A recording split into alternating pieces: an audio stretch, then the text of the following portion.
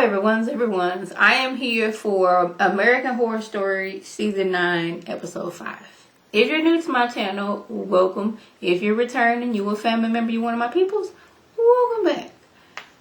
I did not like the way this episode ended. I really did. I was like, this is what we're doing, but okay. But we're going to get to that later on. We starting off with Donna, fake nurse Rita. So that's going to be her name from now on, Donna, fake nurse Rita. She is trailing her daddy because she think her daddy out here cheating on her mama. So she gets her ID out and breaks into the apartment. And when she gets there, she is surprised to see this lady, tied to the bed with look like some stab wounds in her stomach. Well, she finds out daddy not cheating. Daddy out here killing folks. Got a whole wall of all the people he done killed. Now I'm like, sir, why we got all the evidence against us on the wall? That just seemed like a very stupid thing to do. Like showing that you, because I'm pretty sure the apartment is in your name. So we already got your information. If somebody happened to come in, they can see all the murders that you've done.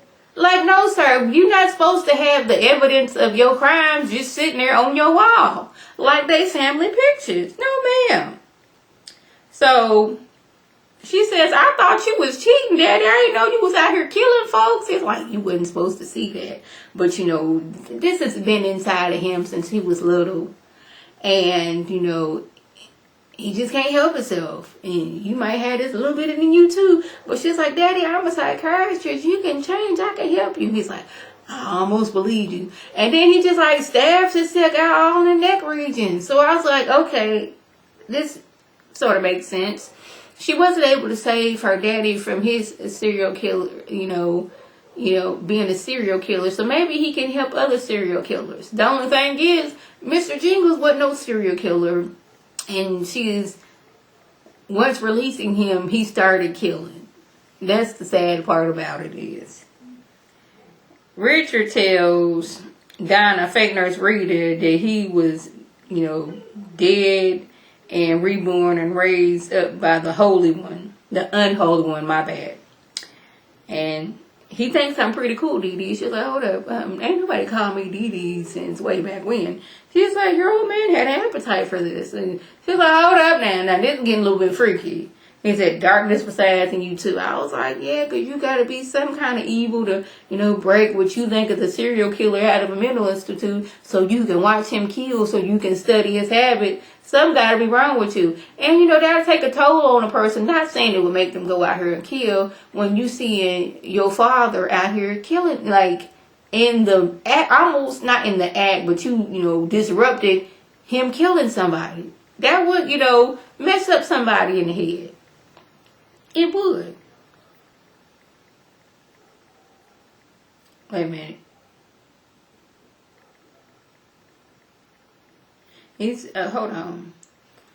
I think it was the daddy talking about say, you release Jingles into the world and he didn't kill. Evil is within you. Daddy shows up talking about you are your father's daughter. Follow me in my footsteps. I guess that was Richard saying that you released Jingle into the world and he didn't kill. Evil is within you.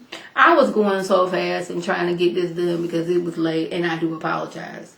So, Xavier out here freaking out, talking about something. He burnt the whole place down. I guess he's probably a little bit delirious because, he probably got an infection or two after being burnt, and he being exposed to the elements. We out in the woods. We ain't got the best help or care we out here. So, Margaret pops up, knocks him out, talking about, forgive me. I didn't want him to hurt anyone else. And I was thinking, yeah, before you get a chance to do that, right? Is this what you're saying? So, they then went to the cabin. And Margaret says she saw some campers across the lake and maybe they can help us. Here go Montana. All right, well, Mark, why don't you take Chet with you? I'll stay here with Brooke. I was like, yeah, so you can finish her off or Richards can finish him off. Or if no, I think you think Richards is dead at this point. So, yeah, so you can finish her off. And I'm telling y'all, so many people could have lived if they had just got the heck up out of there when they had a chance. But no, we need to go out here and save folks instead of calling the police. Inside the cabin, Brooke sees Ray. So what does she do?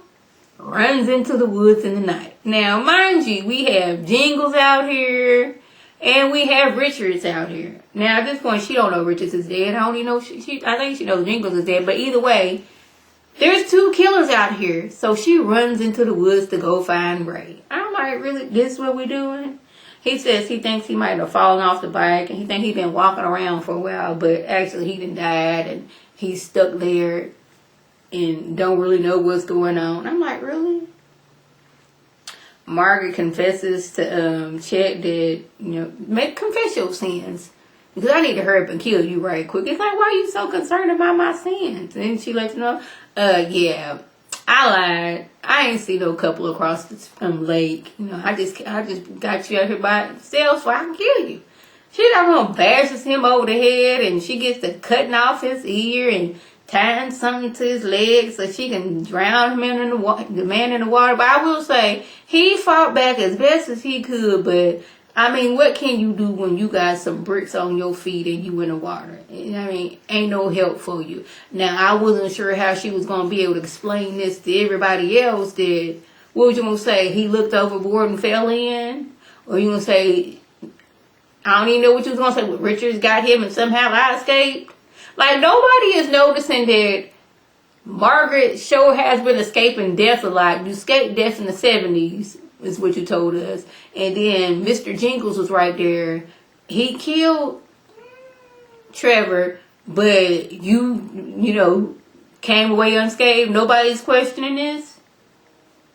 He fought back, but he didn't make it. Now, we found out that Brooke's fiance, he was insecure since they was kids. She was always the smart one in the class. She was always number 1. He was number 2. So one day he just decided he wasn't going to talk to her and nobody else was going to talk to her. And this made her sad. So she decided, I'm just going to dumb myself down. Stop answering questions correctly so he can feel good about himself. And that's what she did. And once he, became number 1, then it's like, will you go get ice cream with me? She said yes. And when he proposed to me, I said yes, even though I didn't know if I loved him. I was like, girl, that man had issues since I was little.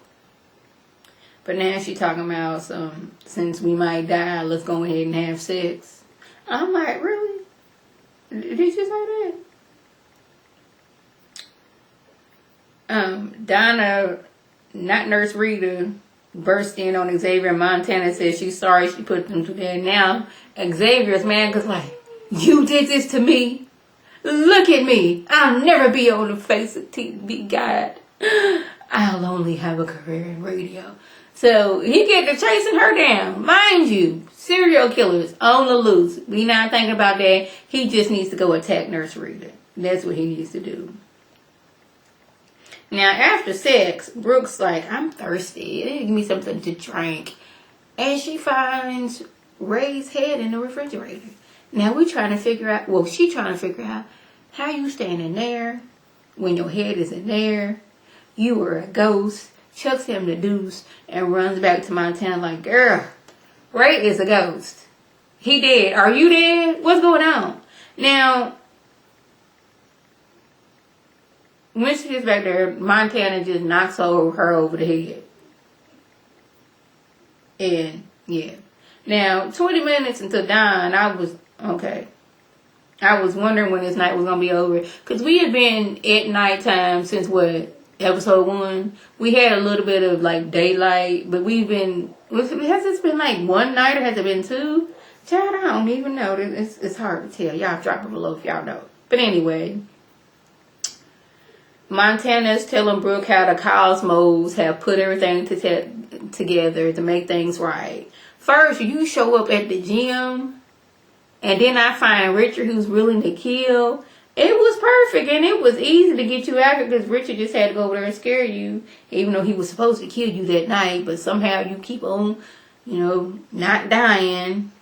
She lets him know that, that was my brother. You were responsible for my brother getting killed. Montana starts to choke Brooke, and then Brooke finds something and stabs her in the leg and escapes again. I'm like, she always escaping. How come she can't like get knocked out or something. Why can't something happen to her? Now, Jingles catches Donna, not Nurse Rita, and he said, "You never should have brought me here." She said, "Was my father ever the man I loved? Or was he always a killer? I just wanted to understand him." He's like, "Yeah, whatever." He tells her Margaret is a killer. I ain't killed those people back in 1970s. That was Margaret. And she's still out here killing again. So you might want to watch your back. He didn't say that, but he should have said that. He said outside of the war, tonight was the first time he never killed somebody. So she was like, "Oh, that's my fault." "Well, if it makes you feel better, you can kill me." He was like, "Nope. You're going to have to live with what you done." I was like, yes. Just when I thought Margaret was going to die. No. Xavier has to show up and doggone it, shoot Jingles in the chest with the arrow. I'm like, really? She was almost gone. Why? Ugh. So once he done shot and killed Jingles, his brother, "Margaret, you okay?" Yeah, she does a move and she done flipped on top of him and gets to stabbing him. I was like, see, going back to help people. You went back to help Birdie. Look what happened. You got thrown in the oven. You going over there trying to save Margaret, thinking she needs saving. And what she do? She went on ahead and killed you. Richard props up talking about something. "Do you accept Satan as your master?" And I was like, Jingles, don't do it. Don't do it. Don't do it at all. Okay. Now it is, finally morning and the kids are showing up. But they show up to Brooke stabbing Montana all in the chest. Now, Margaret has to think quick. So she stabs herself in the leg after Brooke is in the police car. Like, "Oh my goodness, help me. She attacked me. She killed everybody. Help me, please, help me, please." I'm like, couldn't we tell that was a self-inflicted wound? We learn these things on Law and Order SVU, but I guess it's the 80s and they haven't caught up to that type of technology yet.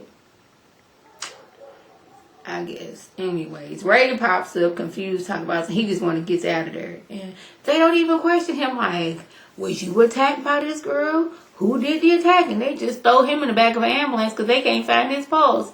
And as they leaving Camp Redwood, as the ambulance is leaving Camp Redwood, Ray can't go with him. He just sitting on the side of the road like, I just want to go home. That's all. I just want to go home. Council dude comes up talking about something. "You are home." I'm like, where is the rest of the people who died there?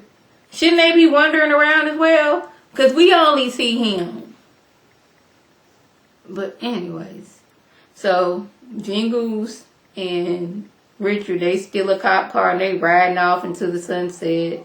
Montana shoots and kills some police officers like, "I'm dead now. What you gonna do? We stuck here." I don't know if I missed it, but what happened to Donna? Because I was hoping that she would have popped out like, "Hey, that crazy hippo over there, she had orchestrated all of this. Jingles, he didn't kill anybody. She killed them people in 1970. She killed these people last night. She helped him escape." I would have thrown all that on her.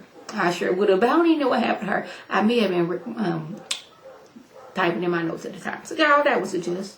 If I left anything, I'm mad the way that happened. So now Brooke going to the psych hole or to prison because Margaret didn't kill all these people. Now, at this point, like, the local people should be saying, like, how many times can this one person, be a part of the sole survivor of, a massacre? Like, how many times could that happen until they realize that maybe she the one doing it? I didn't like the way it ended. But hopefully it gets better. We find out they in purgatory. Like, they stuck there. They can't leave Camp Redwood. Just like they couldn't leave the house in Murder House. They couldn't leave the hotel in Hotel. I think that was the only time they was in purgatory. But anyway, that was just, if I left anything out, by all means, leave a comment below. If you're new to my channel, welcome. Feel free to subscribe. It's free all day, every day, free 99. Make sure your notifications are on so in my beautiful face puts up a video, you can click on it, you can like it, you can share it with your people. If you're returning, you a family member, you one of my peoples, welcome back. Y'all know what to do. Tell your people to tell their people to come over and be one of my peoples. This is Lady T signing off. Have a good one.